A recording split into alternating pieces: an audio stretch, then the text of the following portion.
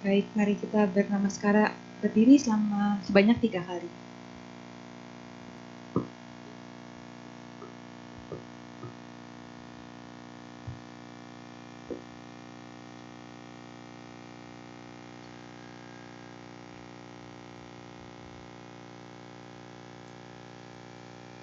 Oke, umat dipersilahkan untuk duduk kembali.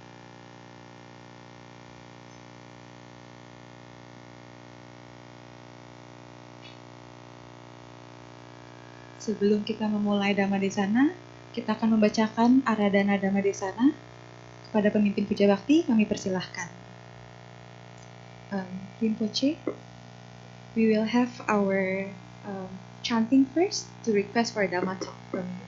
Thank you.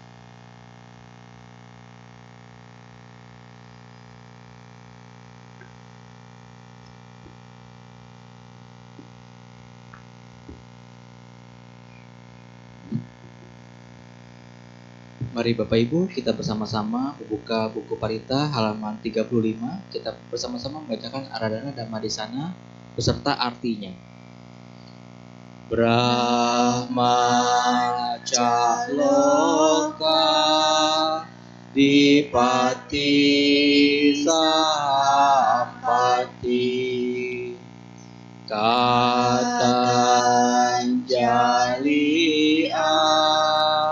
Adiwara Ayacata Santi Dasata Paraja Kajatika Desetu Dhamma Anukamimang Paja. Brahma Sahampati, penguasa dunia ini, beranjali dan memohon. Terdapat makhluk-makhluk yang memiliki sedikit abu di mata mereka. Ajarkanlah Dhamma demi kasih sayang kepada mereka. Brahma God Sahampati, Lord of the world, with palms joined in reverence, requested a favor. Beings are here with but little dust in their arms. Pray, teach the Dhamma out of compassion.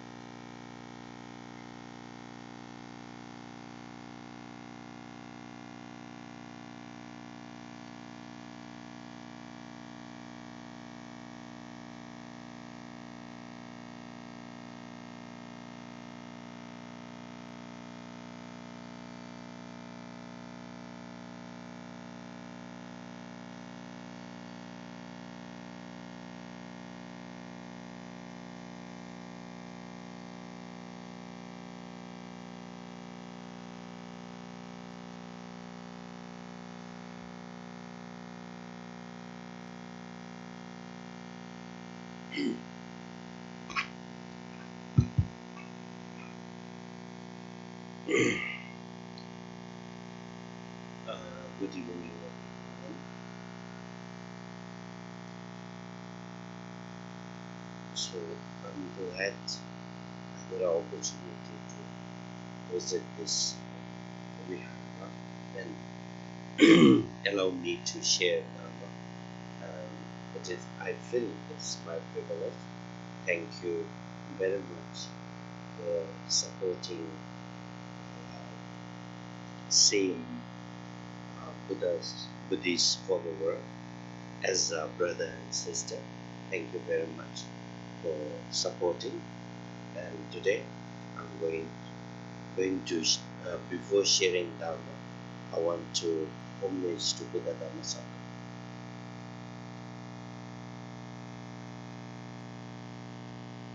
Selamat malam semuanya. Saya sangat bahagia dengan kesempatan Ibu memberikan dan mengajar ini. Buat saya ini adalah suatu kehormatan.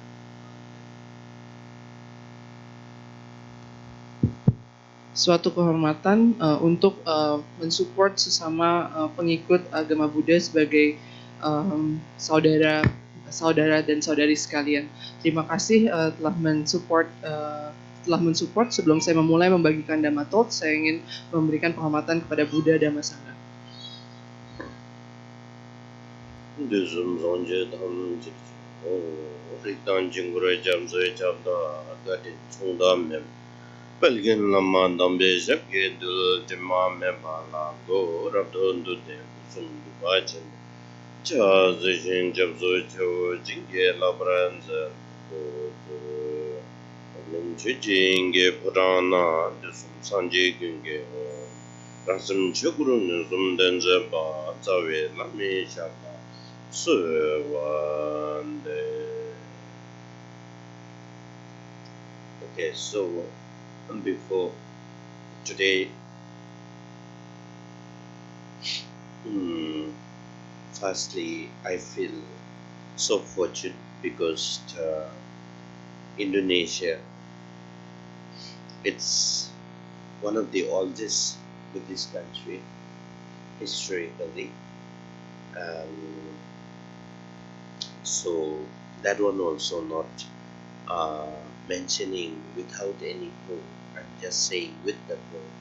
Morajambi and Dharmakiti, and we used to use this Joe Selingpa Dharmakiti, and he went to India, Nalanda University, I think 5th and 6th century, and he went there and he studied Buddhist, and then he bring Dharma from India to here in Indonesia. Then he established many different Buddhist college, school, university. The people can easy to learn Dharma. You don't have to travel to India for far away from home.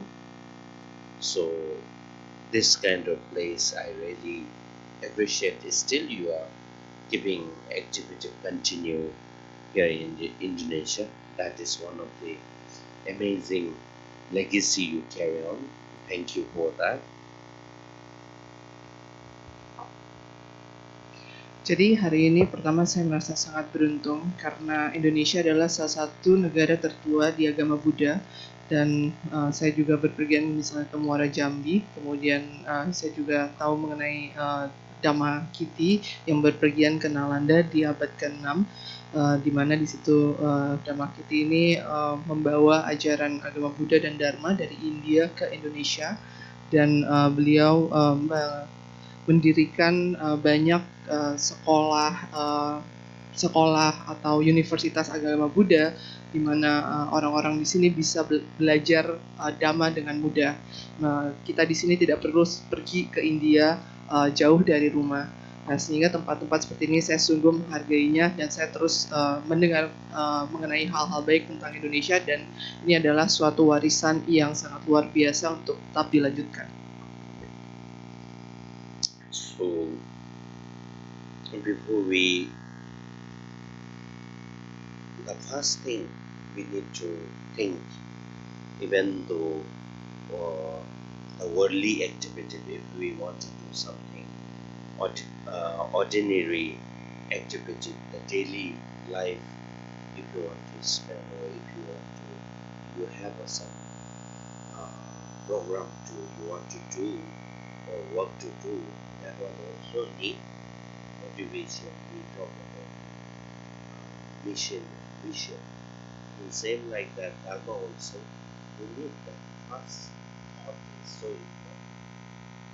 How we can apply. What is the Dharma? Always we need to learn. And first question, asking question yourself is so important. Jadi hal pertama yang harus kita pikirkan adalah ketika kita melakukan aktivitas keduniawian gitu ya, ketika kita melakukan hal-hal yang ordinary atau biasa dalam kehidupan seharian. Sebetulnya kita harus memiliki pola yang harus kita ikuti, program yang harus kita ikuti, dan kita butuh yang namanya motivasi. Kita butuh misi dan visi sama seperti itu dalam hal mempraktekkan dhamma. Untuk memikirkan pikiran pertama yang sangatlah penting, bagaimana kita bisa mengaplikasikan dhamma, dan ini adalah pertanyaan pertama yang harus kita tanyakan ke dalam diri kita dan sangatlah penting. So that's why first what we need to apply, what we need to create in our good intention. Intention is so important. Whether you are receiving Dhamma, whether you are teaching Dhamma, whether you are practicing, first what we need to learn, what is the so important to learn. Intention and motivation is so important. Sehingga hal pertama yang harus kita ciptakan di dalam batin kita adalah intensi yang baik. Intensi ini sangatlah penting dalam waktu kita mendengarkan dhamma, menerima dhamma, mengajarkan dhamma, ataupun bahkan kita mempraktekkan dhamma. Itu adalah hal pertama yang kita harus pelajari, niatan kita dan motivasi kita sangatlah penting. So intention should be a thing, not only be said. So think all beings free from strength, attentive, peaceful and joyful, and happiness. That reason we should do the Dhamma. So Jadi ketika kita memiliki intensi atau niatan, itu kita harus memikirkan semua makhluk, tidak hanya diri kita. Memikirkan bahwa semua makhluk itu bebas dari penderitaan dan bisa mencapai kedamaian dan kebahagiaan. Dan hal inilah menjadi sebab yang kita harus lakukan ketika kita mempraktekkan Dhamma. So that's why now motivation, pure motivation, good intention, how we can decide. For example, when we enter when we are respect, so that is the exact truly when you are showing respect for your body language, body gesture. So that is the pure of your body gesture intention. Then when you speak, when you are enter the vihara or temple, we are not allowed to talk business, we are not allowed to quarrel, we are not allowed to shout, we are not allowed to use something worse like worldly words, right? So that is a respect for speech. And from the mind, respect, always patience, always kind, always caring nature. So that is the compassion, and through the mind, and through this body, speech, mind, respecting. So that's where we are bowing. Meaning is that. Jadi ketika kita memiliki motivasi yang murni dan memiliki niatan yang baik, dan kita berlatih untuk menghormati melalui bahasa tubuh kita yang murni, seperti gerakan tubuh kita. Misalnya seperti kita memasuki area wihara dan kita tidak sebaiknya kita berbicara mengenai bisnis gitu. Atau misalnya kita tidak berteriak atau menggunakan kata-kata yang buruk, kata-kata yang digunakan dalam kehidupan sehari-hari. Itu adalah bentuk hormat dari perkataan. Nah, kemudian dari pikiran atau batin itu kita harus selalu mengembangkan cinta kasih, di mana kita selalu baik, kita selalu memperhatikan. Sehingga itu adalah suatu bentuk kasih sayang yang atau cinta kasih yang dikeluarkan melalui batin kita, melalui pikiran kita. Nah, misalnya kita juga memberikan kehormatan, dan ini adalah sebab kenapa kita itu membungkuk atau kita bersujud ketika ada di area wihara. So For example, like when we are respect is so important, right? When we look when we are seeing Buddha's image, Buddha's statue, no matter for the whether gold built by the gold, no matter whether built by the silver, no matter whether built by the concrete, so no matter whether built by the wood, expensive wood, we are not respecting to, oh, this wood and this is uh, so precious, gold and silver is so precious, that's why we are not respecting to that we are not respecting to the gold and silver. We are respecting to, this is Buddha's image, this is Buddha. So that's why we are always paying respect. So our respect is not something else like, oh, they are higher, we are lower. So that's why I need to pay respect. Not like that. Always we are respecting is one of the discipline practice, mindful practice. Jadi contohnya ketika kita memberikan penghormatan itu adalah sungguhlah penting. Ketika kita melihat rupang Sang Buddha atau patung Sang Buddha, itu tidak peduli terbuat dari emas, perak ataupun tembaga ataupun kayu. Kita bukannya sedang memberikan penghormatan terhadap, oh ini terbuat dari kayu atau ini terbuat dari perak sehingga ini adalah lebih berharga.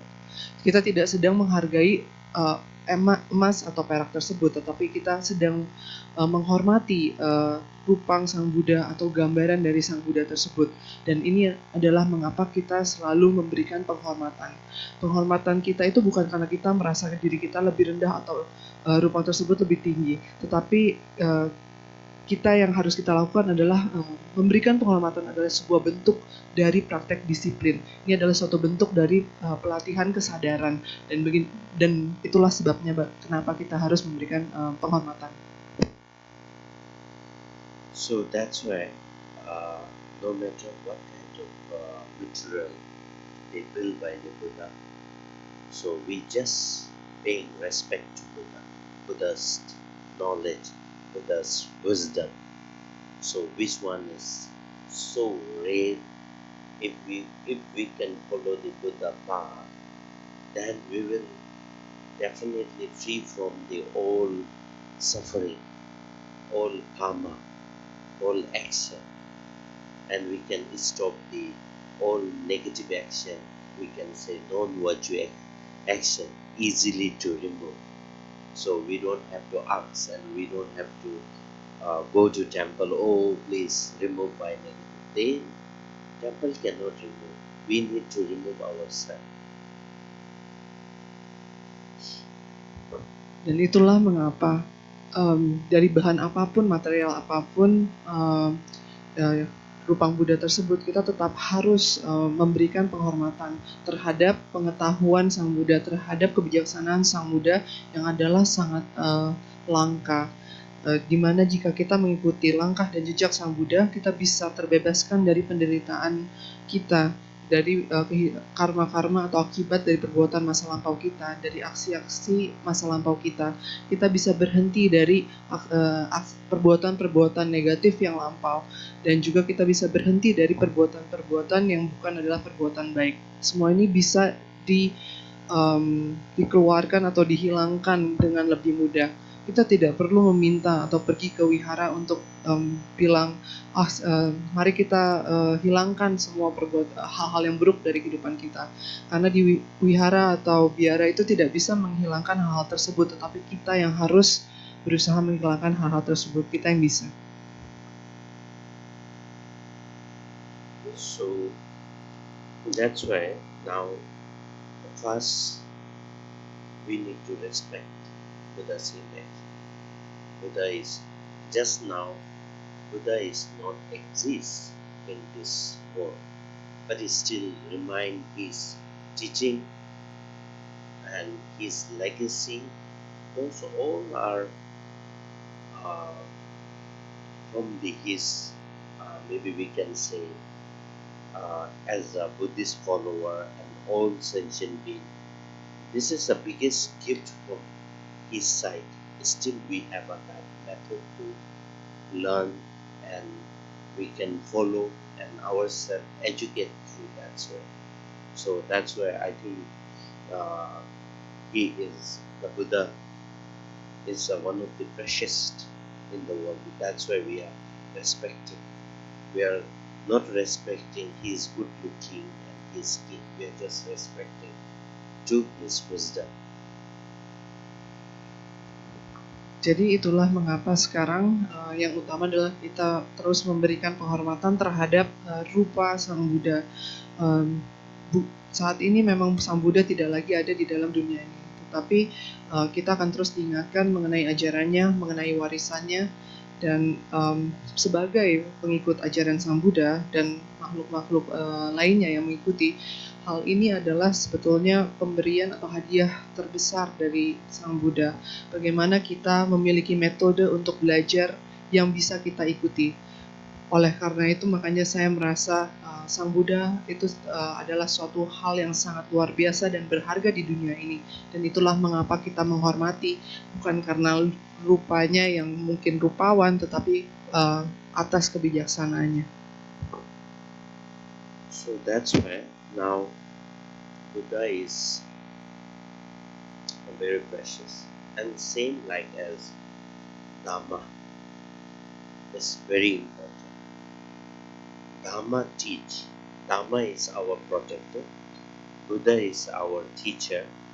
So Dhamma will protect from the wrongdoing things, and we can learn what to do, what not to do.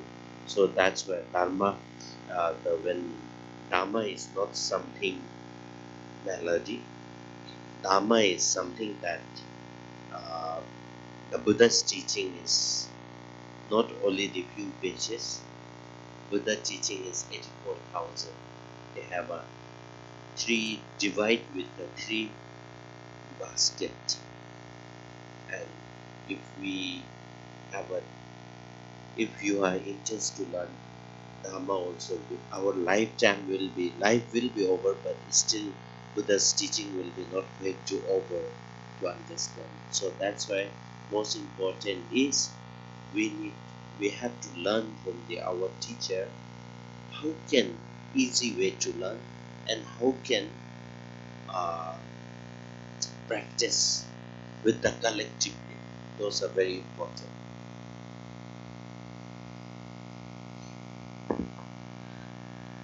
Jadi begitulah mengapa Sang Buddha itu sangatlah berharga, sama seperti Dhamma itu sangatlah penting.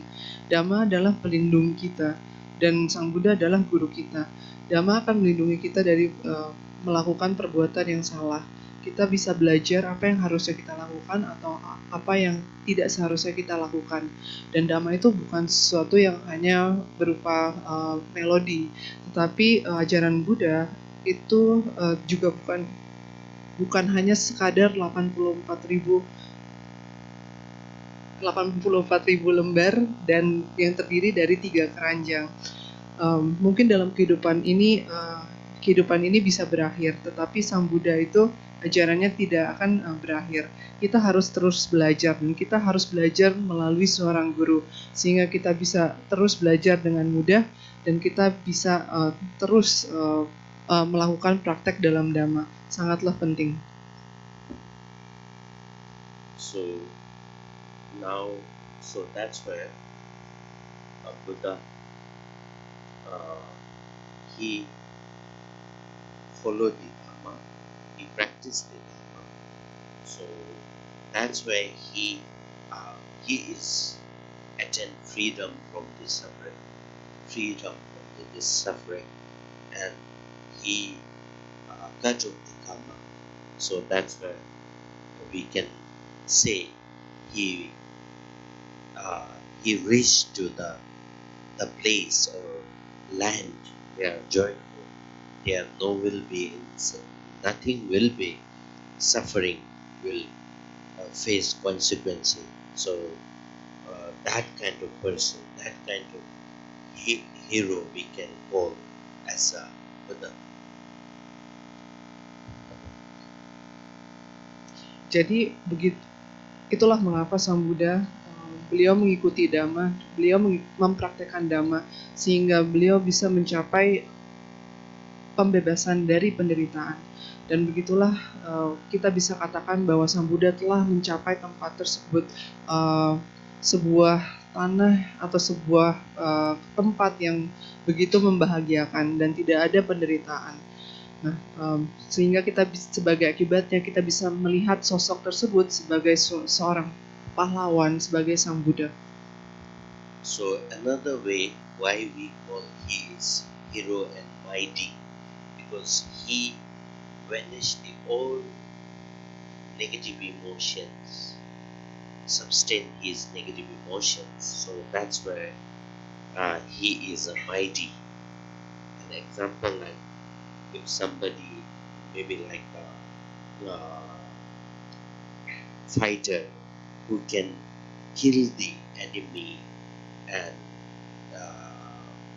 dominate the enemy, so that is we call great fighter, right? Same like that, Buddha is great fighter with the inner our negative emotions. And now this world, the great fighter will be dominate outer enemy. They cannot eliminate inner enemy. Buddha eliminate inner enemy. So that's why he is a mighty. Dengan kata lain, mengapa kita memanggil Sang Buddha itu adalah sebuah pahlawan dan adalah sangat luar biasa atau hebat, mighty, karena Sang Buddha sudah menghilangkan emosi-emosi negatif. Seperti yang kalau kita bayangkan adalah seorang petarung yang membunuh lawannya atau mendominasi lawannya. Orang tersebut adalah seorang petarung yang tangguh. Sama seperti hal tersebut, Sang Buddha itu adalah sebuah petarung yang hebat yang sudah mengalahkan emosi-emosi negatif yang berada di dalam dirinya. Di dalam kehidupan ini, seorang petarung yang tangguh itu bisa mendominasi kehidupan luarnya dan kehidupan di dalamnya, dan mereka tidak bisa melupakan untuk menghilangkan musuh di dalam dirinya, sehingga karena Sang Buddha telah menghilangkan musuh di dalam dirinya, kita bisa menganggap beliau sangatlah hebat seperti seorang pahlawan. Okay, so whenever Buddha Gautama, when he taught Dhamma, he always used this 6 reminder, reminding 6 different 6. And today I love to share these 6, and inside maybe specific few, maybe first, second, third, it will be helpful. I love to share with you all. Jadi ketika Sang Buddha Gautama itu mengajarkan Dhamma, selalu menggunakan 6 pengingat itu, sehingga hari ini saya ingin membagikan ke-6 hal tersebut dan mungkin beberapa diantaranya akan bermanfaat.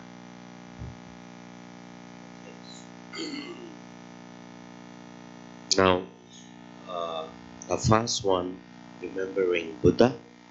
Second one is remembering Dhamma. Third one is remembering Sangha. And fourth one is remembering generosity. And fifth one, remembering discipline. And sixth one, remembering local deities. Jadi yang pertama adalah kita mengingat Sang Buddha, yang kedua adalah kita mengingat Dhamma, yang ketiga kita mengingat Sangha, yang keempat kemudian kita mengingat kedermawanan, kemudian kita mengingat disiplin, dan yang terakhir adalah kita mengingat dewa-dewi lokal. Okay, so Buddha, why we need to remember? Because Buddha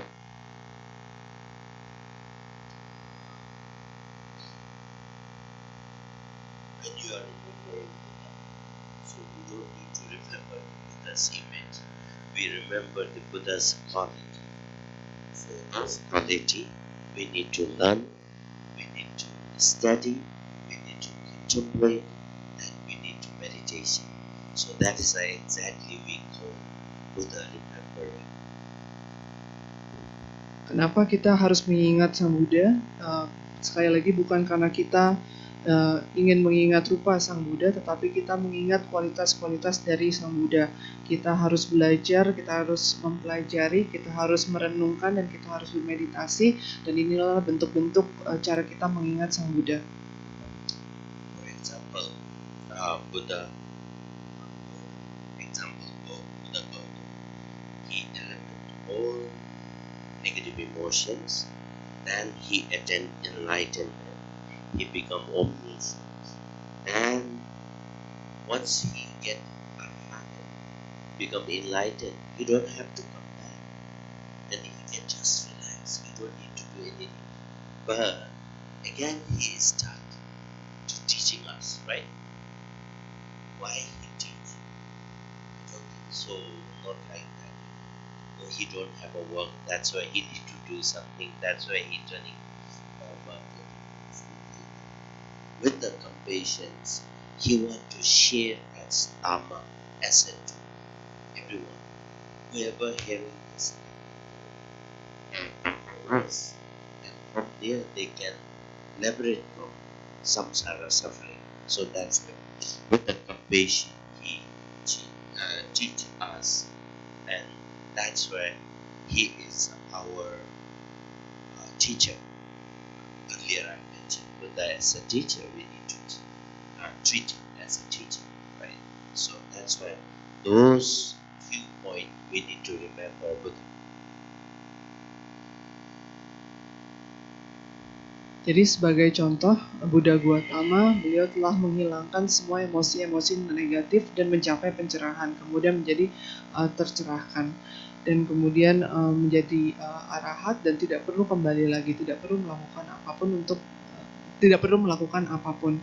Dan saya pikir ketika beliau mengajari kita, dan sebab mengapa beliau mengajari kita itu bukan karena tidak ada kerjaan ya, dan tidak perlu melakukan apapun, jadi ya udah diajarin saja, tetapi dari cinta kasihnya, Sang Buddha mengajarkan Dhamma sebagai suatu alat yang bisa membebaskan kita dari penderitaan melalui cinta kasihnya yang sungguh besar, sehingga beliau atau Sang Buddha itu menjadi guru kita melalui ajarannya.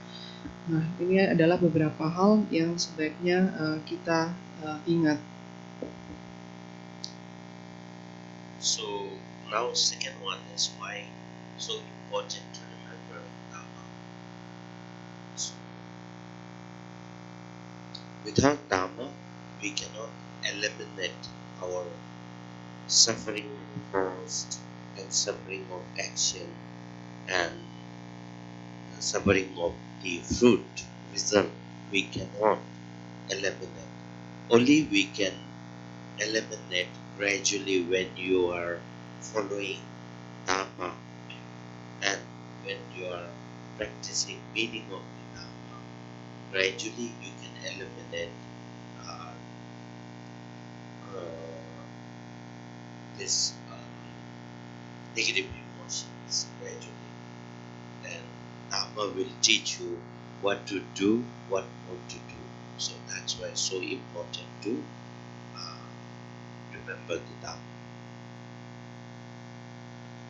Dan yang kedua untuk penting kita ingat adalah mengenai Dhamma. Tanpa Dhamma kita tidak bisa menghilangkan penderitaan kita, penderitaan yang dihasilkan dari perbuatan kita ataupun dari akibat-akibat dari perbuatan yang kita lakukan, tidak bisa kita hilangkan. Hanya ketika kita dan ini bisa kita hilangkan hanya ketika hanya bisa kita perlahan hilangkan ketika kita mengikuti ajaran Dhamma, dan ketika kita mempraktekkan arti atau makna dari ajaran Dhamma, dan kemudian kita bisa menghilangkan emosi-emosi negatif ini, dan perlahan Dhamma akan mengajarkan kita apa yang seharusnya dilakukan dan apa yang tidak sebaiknya kita lakukan. Jadi sangatlah penting untuk mengingat Dhamma.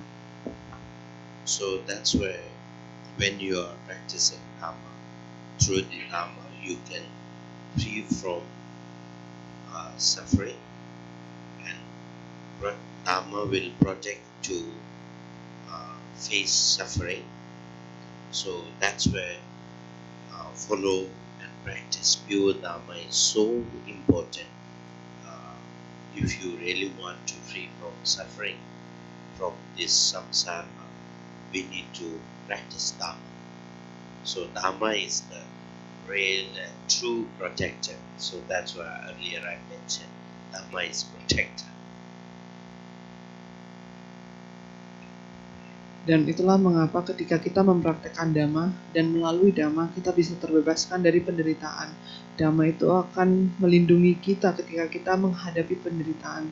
Sehingga sangatlah ini mengikuti dan mempraktekkan Dhamma menjadi sangat penting ketika kita ingin terbebaskan dari penderitaan. Dan seperti yang saya katakan sebelumnya, mempraktekkan Dhamma adalah pelindung yang sejati dan yang benar.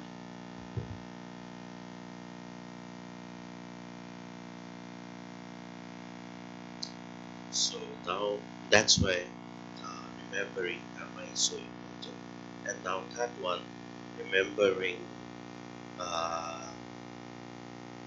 Sangha. Why so important?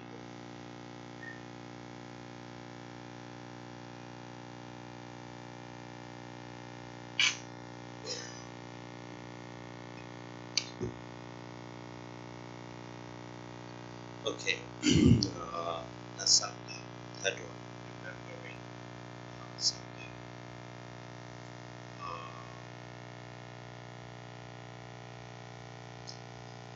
With when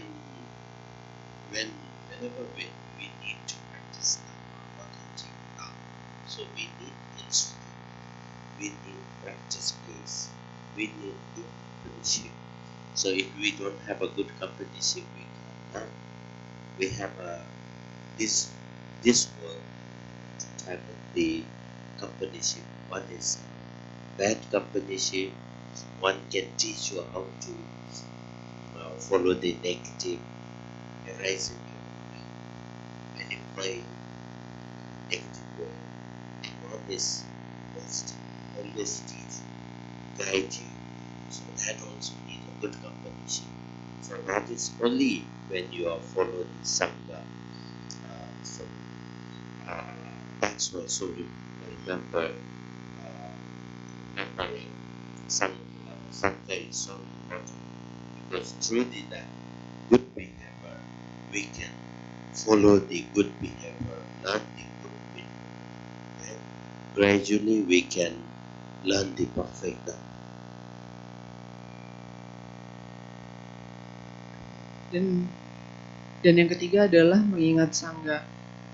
Ketika kita ingin mempelajari atau mempraktekkan Dhamma yang asli atau yang otentik, kita butuh teman atau pertemanan. Ada dua tipe pertemanan. Yang pertama adalah pertemanan yang buruk, di mana kita diajarkan, di mana kita bisa diajarkan hal-hal yang negatif, dan hal-hal buruk itu bisa muncul di dalam pikiran kita. Tetapi ada juga yang positif, di mana pertemanan yang baik atau yang positif itu bisa mengajarkan kita dan bisa membimbing kita melalui hal yang baik. Nah, mengikuti Sangha, mengingat Sangha itu adalah hal yang penting, dan melalui perbuatan-perbuatan baik yang diajarkan oleh Sangha, kita bisa mengikuti perbuatan-perbuatan baik, dan perlahan-lahan kita bisa terus belajar. Now, the fourth, remembering is a generosity. So generosity also so important.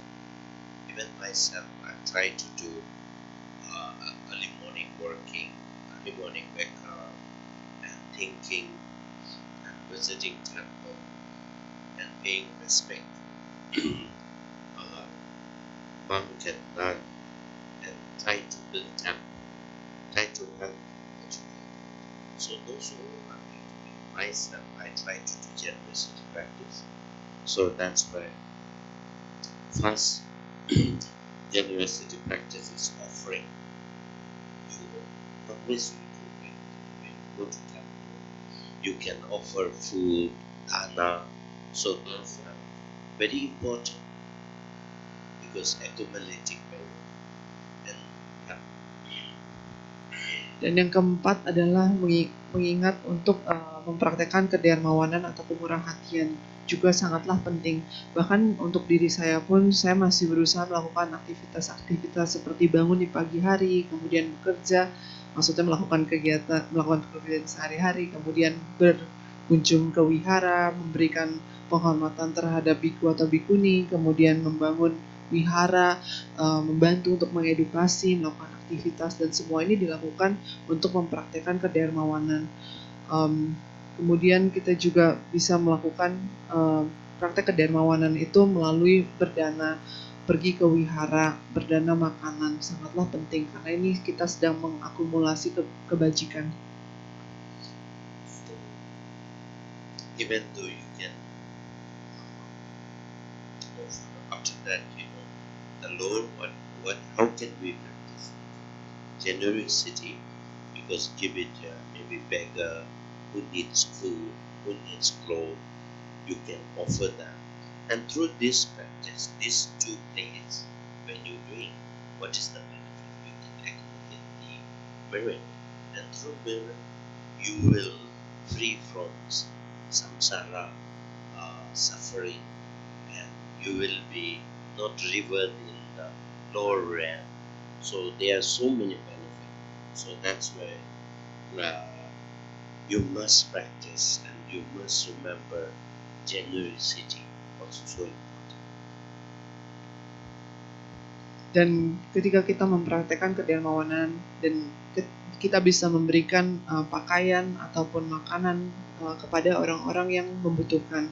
Ketika kita melakukan praktek kedermawanan ini, manfaatnya adalah kita sedang mengakumulasi kebajikan sehingga kita bisa terbebaskan dari penderitaan dan lingkaran penderitaan.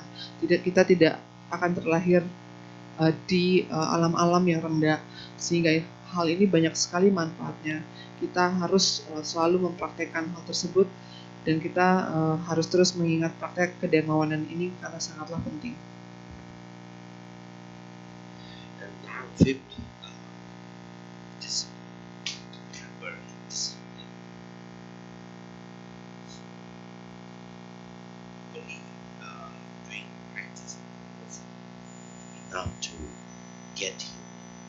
So we need to be objectively how the Dhamma Bhao, Bhikshu Bhao, Shamana Bhao, and Nan Bhao, Shimani Bhao. So whether you are taking your faith vow, and we need to follow moral obedience, and through that we can attain, obtain human and God, and gradually we can attain the nirvana. So that's why so important to remember discipline is so important.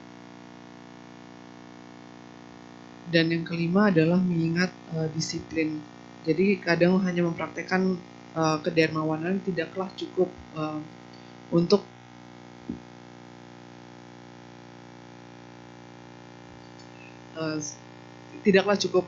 membantu kita sebagai manusia, sehingga jika kita berjanji untuk mengambil janji dhamma atau mengambil janji samana atau sumpah dhamma atau sumpah samana, dan kemudian kita juga mengambil perlindungan terhadap Sang Buddha, kemudian melalui hal-hal tersebut kita bisa perlahan mencapai pencerahan, sehingga menjadi sangat penting untuk mengingat kedisiplinan ini.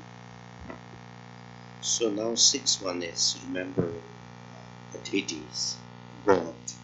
Why it's so important? Because for example, the Buddha Dhamma's activity, Buddha's lineage, Buddha Dhamma's lineage. Example, God, Brahma, and Indra. They are protector of the Buddha's Dhamma.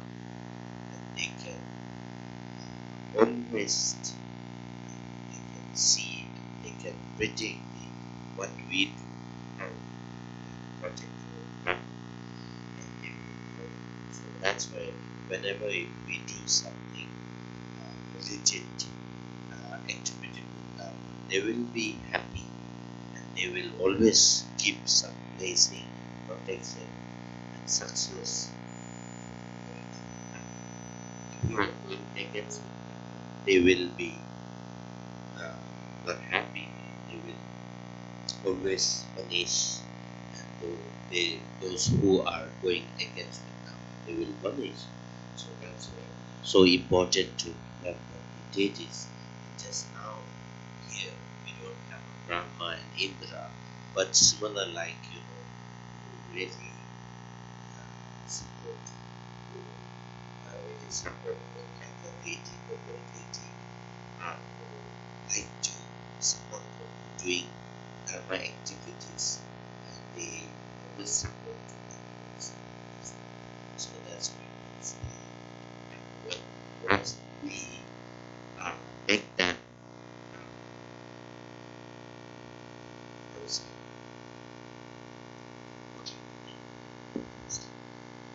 Dan yang keenam adalah mengingat dewa-dewi. Sebagai contoh, Sang Buddha memiliki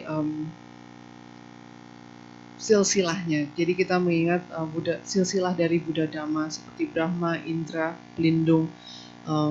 Mereka semua bisa memprediksikan apa yang kita lakukan, bagaimana kita melakukan sesuatu, dan mereka adalah pelindung dari Dhamma.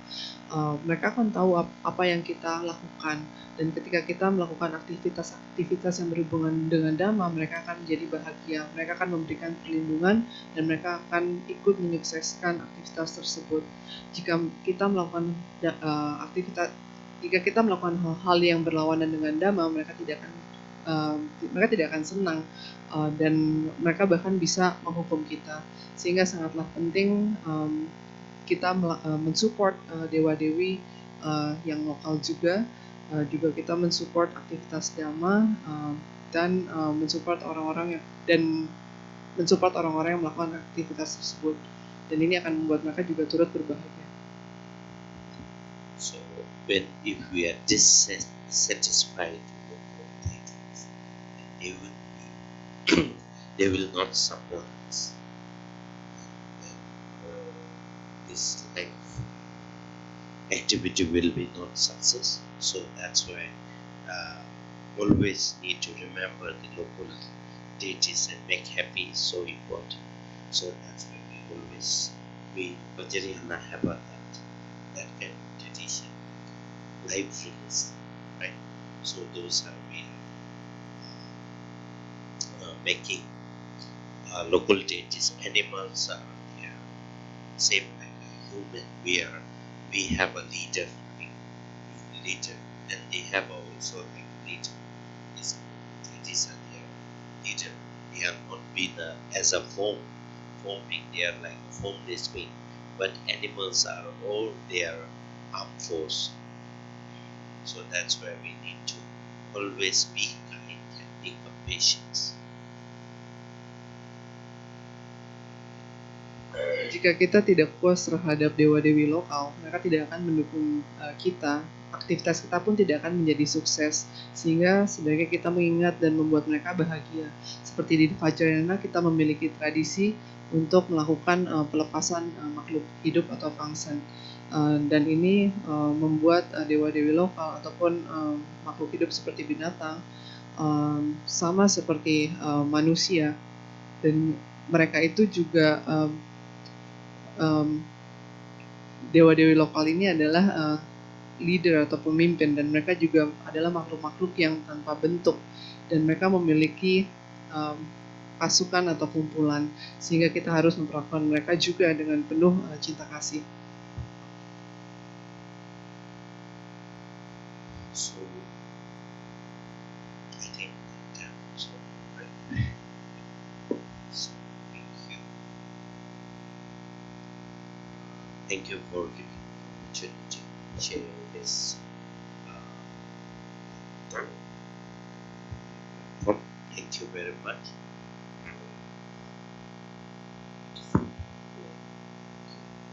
We are expecting opening platform to Q&A. Sepertinya waktunya telah habis. Terima kasih sudah memberikan saya kesempatan untuk membagikan Dhamma Talk, dan sekarang kita akan membuka platform untuk bertanya jawab.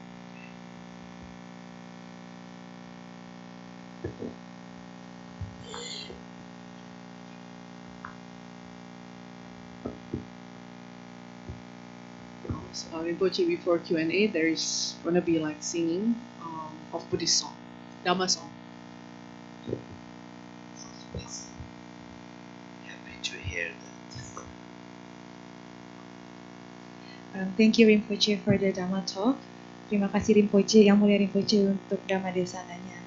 Baik, demikianlah Dhamma Desana yang disampaikan oleh Yang Mulia Chuntuku Rinpoche.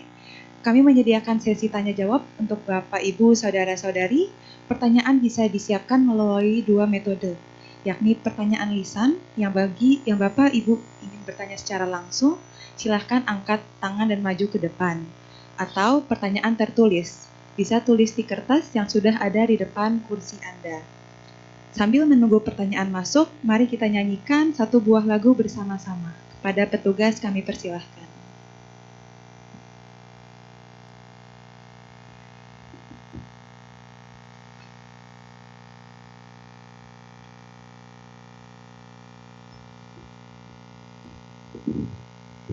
Mari teman-teman sedama, kita buka kembali buku tuntunan kebaktian. Kita buka pada halaman 47, kita menyanyikan bersama-sama lagu Omoni Padme Hum.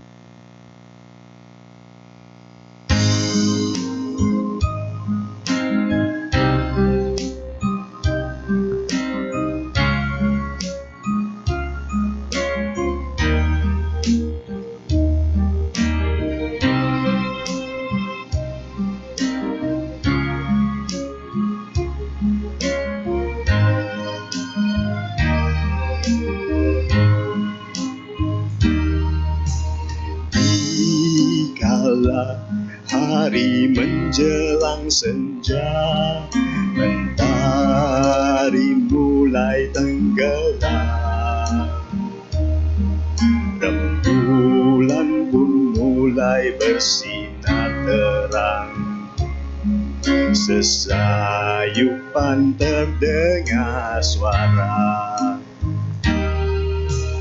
mengalunkan desiran nada-nada berdendang nan sukacita,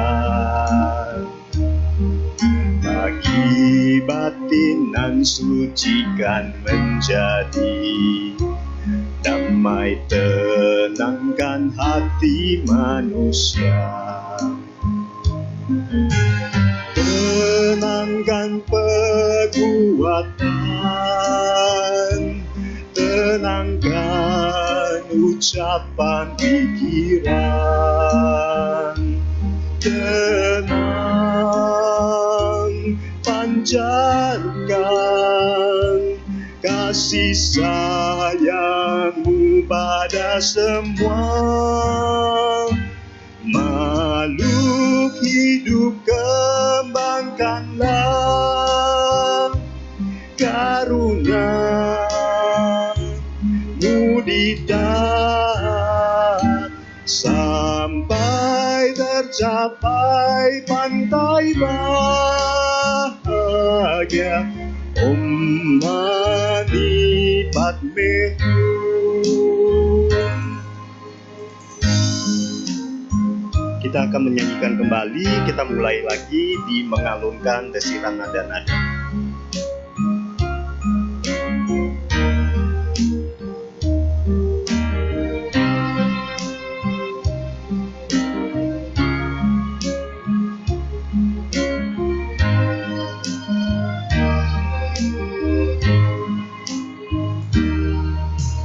Mengalunkan desiran nada-nada berdendang nan sukacita, bagi batin nan suci kan menjadi damai, tenangkan hati manusia. Tenangkan perbuatan, tenangkan ucapan pikiran, tenang, pancarkan kasih sayangmu pada semua makhluk hidup, kembangkanlah karuna-Mu di tanah sampai tercapai pantai bahagia. Om Mani Padme Hum, Om Mani Padme Hum. Terima kasih.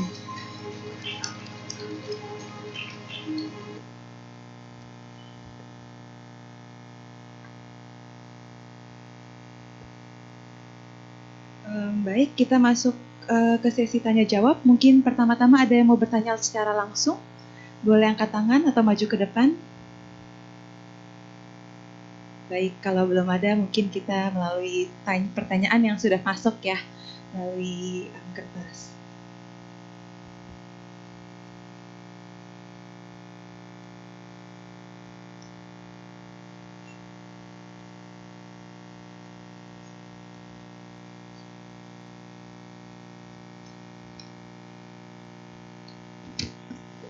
Saya akan bacakan bahasa Indonesianya dulu, lalu nanti akan dibantu terjemahkan ke bahasa Inggris.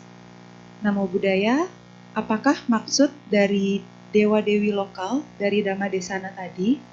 Apakah sama dengan dewa-dewi makhluk suci atau yang ada di sekitar manusia?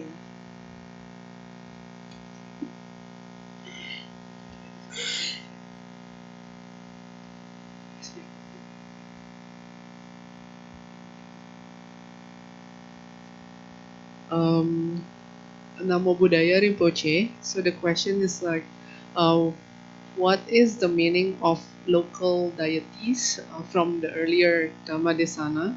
Is it the same as the gods, like those higher being that's around humans? Actually, local deities is something like that we cannot see. It is like a spirit. It is formless being. Always live there, everywhere is a land. They have a landlord. So that is called local deities. Some are, they stay in the tree, some are inside the water, or they use by the elements. So that is their place. So we cannot see. And they are like a being like a they have that supernatural power. They can see everything we cannot see. And maybe some of still people can see many different beings, right? Some people have that kind of gifted.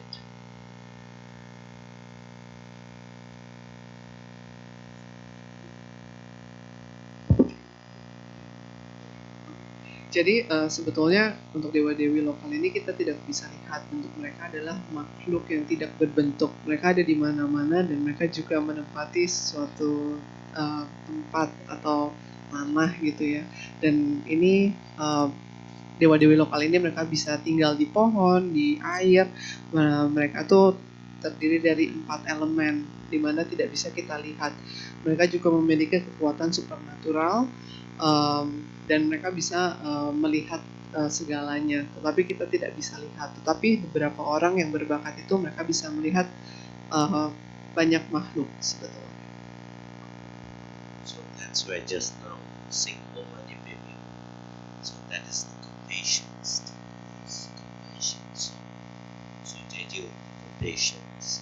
So through their eyes they can see many kinds of beings. Through our eyes we can see only human. So that is the difference. So if you living with a pure compassion, then you can see the all things. Oleh karena itu tadi dinyanyikan lagu Om Mani Padme Hum, itu adalah lagu cinta kasih, terima kasih. Sebetulnya melalui mata mereka bisa melihat banyak makhluk. sehingga mereka berbeda dengan kita. Dan dengan cinta kasih yang penuh, ya kita bisa hidup bersama mereka.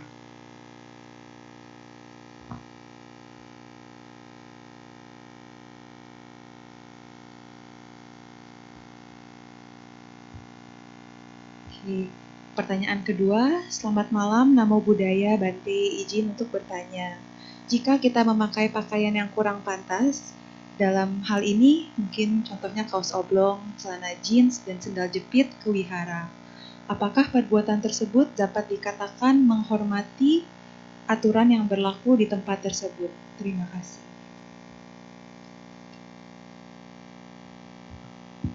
Good evening, Namo Buddhaya, Bante. I'd like to ask if we wear impolite clothing such as a t-shirt, jeans, and or flip-flops to the temple, are those behaviors can be categorized as respecting the rules that's applied in that place?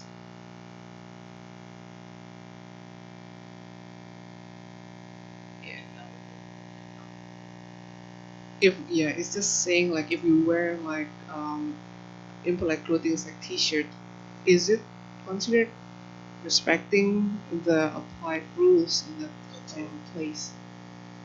Thank you for question. This is something very important question. For older generation and our new generations, we have to think. For myself, for me, is no matter what you are wearing. Importantly, to be a respectful one, even inside your mind, your heart, and to respect. If you are inside heart, if you don't have respect, if you wear it, what kind of respect you also respect? If you are living with the respect, you know what to wear, what not to wear, right? And if you don't have respect,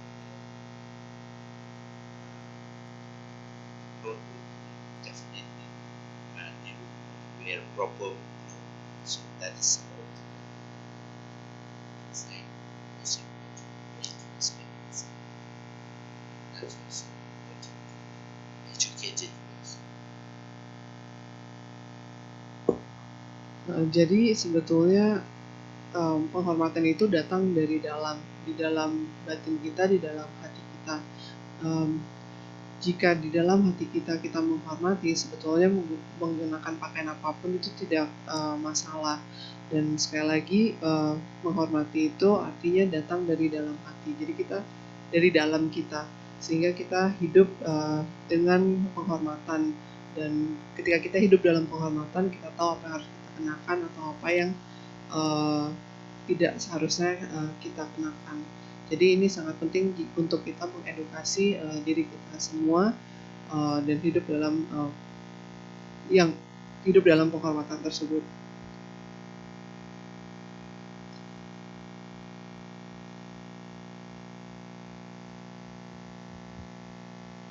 Pertanyaan selanjutnya, bagaimana cara Buddha dilahirkan ke dunia?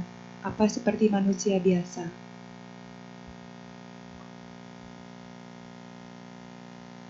Rinpoche, the question is, how was the Buddha born in this world? Is it similar to normal human being? Okay. So, Buddha was born, I think definitely different people. Because not everyone how we give birth.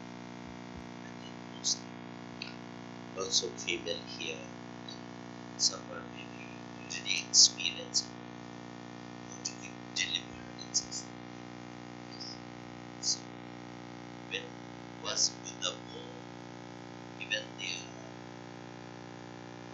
text and history of Buddha, history when I read, they have mentioned about the without being he born from the I think right hand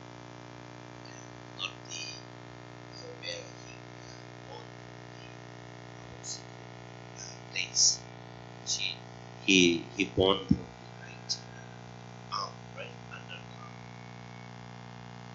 in the Lumbini. Jadi Sang Buddha itu dilahirkan dengan cara yang berbeda. Karena tidak seperti kita manusia melahirkan atau seperti wanita melahirkan seorang anak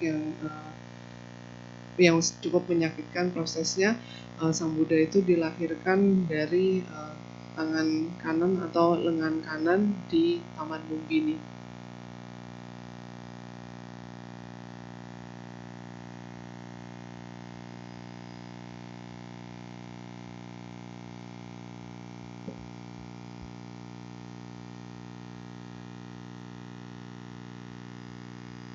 Oh, okay.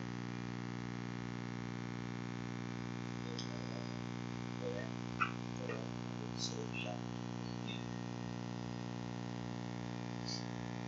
Can you hear me? Yeah.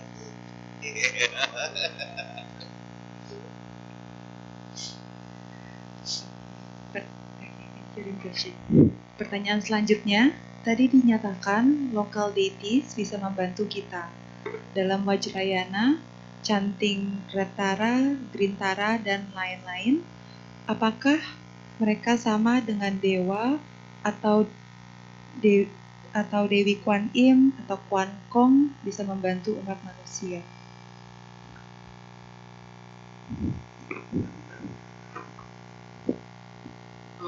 Earlier, we were reminded that local deities can help us in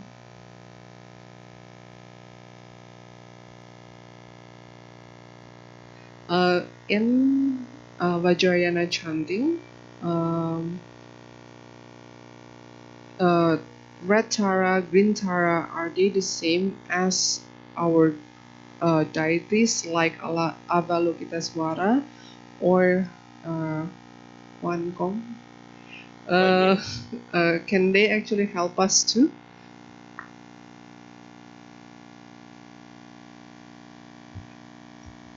Kuan Kong is like a Sanggarama Bodhisattva, and Avalokitesvara Bodhisattva. It's me. Same, right? Kanpong.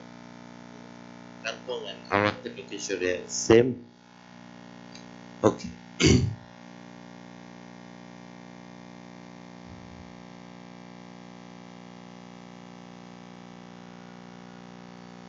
So the question is like, if Avalokitesvara and Kuan Gong are the same as Retara Grintara, considered as local deities. Oh. Okay. Local deities, earlier I mentioned about that is not the Bodhisattva one. That is like the ordinary, like deities also, local deities also same like us. We are human, very sensitive human. If somebody do praise, excitement, if somebody blaming you, not happy, this is our human nature. Same like that, deity also. And Avati Lokeshwarya and Red Tara, Green Tara, they are enlightened being. They are Bodhisattva, even Mahabodhisattva. It's a great compassion one. One is male version compassion's deities. One is Tara is a female compassion, female version compassion deities. Actually, there are many different kind of a story. Some are they are mentioned like they are couple. Some are they are mentioned like a relative and sibling. So there are many way story. But no matter what is story and history was, matter is that we need to learn how do they benefit all sentient beings. Those are very important. Jadi dewa-dewi lokal itu bukanlah bodhisattva. Dewa-dewi lokal itu sama seperti kita, sensitif. Misalnya kalau misalnya dipuja itu mereka bahagia, ketika disalahkan mereka tidak bahagia. Mereka juga memiliki kualitas-kualitas manusia. Nah, Avalokitesvara, Retara, Grintara, mereka adalah bodhisattva. Mereka bahkan adalah maha bodhisattva. Mereka bisa digambarkan mereka adalah dalam bentuk bisa jadi dalam bentuk wanita, mereka penuh kasih sayang. Jadi mereka juga memiliki banyak sekali cerita, seperti mereka mungkin memiliki hubungan saudara, atau mereka adalah pasangan. Banyak cerita mengenai mereka, tetapi apapun cerita mengenai mereka, yang penting adalah kita belajar dari mereka mengenai memberikan manfaat bagi semua makhluk.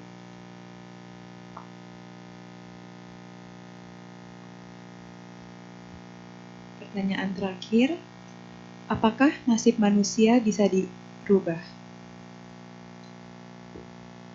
Can we change human fate?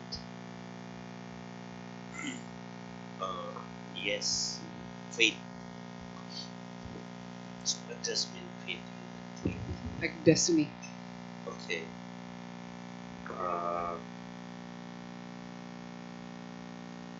Destiny, yeah, we can change because with our practice, with our action, practice means action and experience. So whatever you have an experience right now, and through the experience, we follow the what to do, what not to do, right? And that action can change your fate, your destination, and change your karma. Everything comes from your action. Your karma built by yourself. Nobody will be sent you hell. Nobody will be sent you pure land and heaven. It's all about our action. So if you do good also, definitely you will be peaceful. If your action will be more violence and wrathful, then definitely you will face suffering. So that all you can change just now, present. Past life we cannot change. Present we can't change. Future we can change the fate. That all with our action and motivation. Nasib kita bisa ubah karena dengan melakukan perbuatan kita, praktek, pengalaman kita, apapun yang kita lakukan, apa yang harusnya kita lakukan atau tidak, apapun yang kita lakukan itu bisa mengubah nasib kita. Nah, karma kita itu akan ditentukan oleh diri kita sendiri. Tidak ada yang akan mengirimkan kita ke neraka ataupun ke surga ataupun ke pure land atau tanah yang murni. Ini semua bergantung dari aksi yang kita lakukan. Jika kita melakukan hal-hal baik, maka akan menjadi damai.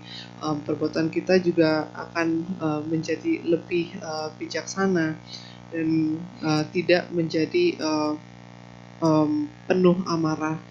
Jika kita melakukan hal-hal yang penuh amarah, maka kita akan menghadapi penderitaan. Semua ini bisa kita ubah. Masa lalu tidak bisa kita ubah, tetapi masa depan bisa kita ubah. Tapi harus dengan perbuatan-perbuatan yang kita lakukan.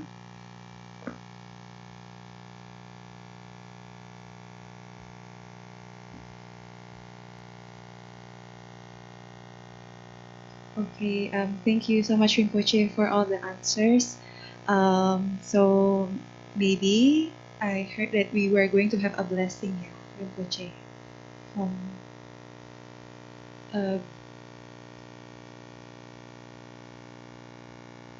Tapi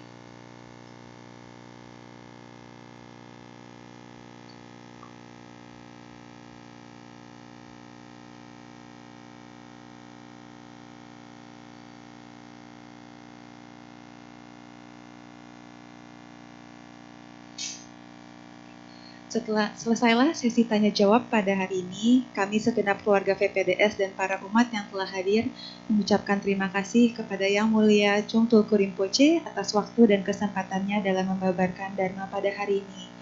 On behalf of Vihara Pluit Dharma Sukha, Okay, on behalf of Vihara Pluit Dharma Sukha, we'd like to thank you, Rinpoche, for your time and for your Dhamma Desana this tonight. Thank you very much. Would you mind to take, can I take a few minutes to, thank you for Vihara, Dhamma Sukha. Yeah, Dhamma Sukha, giving me thanks, and especially for the founder. Thank you very much. Your generosity, your compassion, helping us and building bond together. Now we really need to come together. This is so important, right? And thank you very much. And good luck your life, healthy, wealthy, always stay connection with Buddha Dhamma. Thank you very much. Live longer like a founder. We need founder more like you.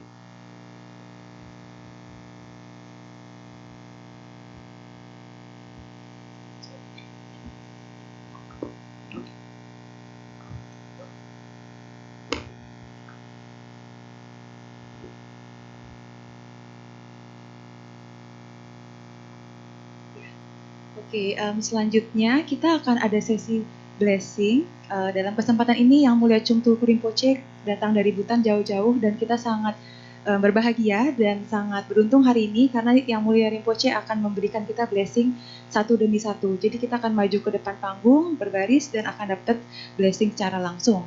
Namun sebelum kita mulai blessing, kita akan melakukan dana paramita dahulu. Kepada petugas kami persilahkan.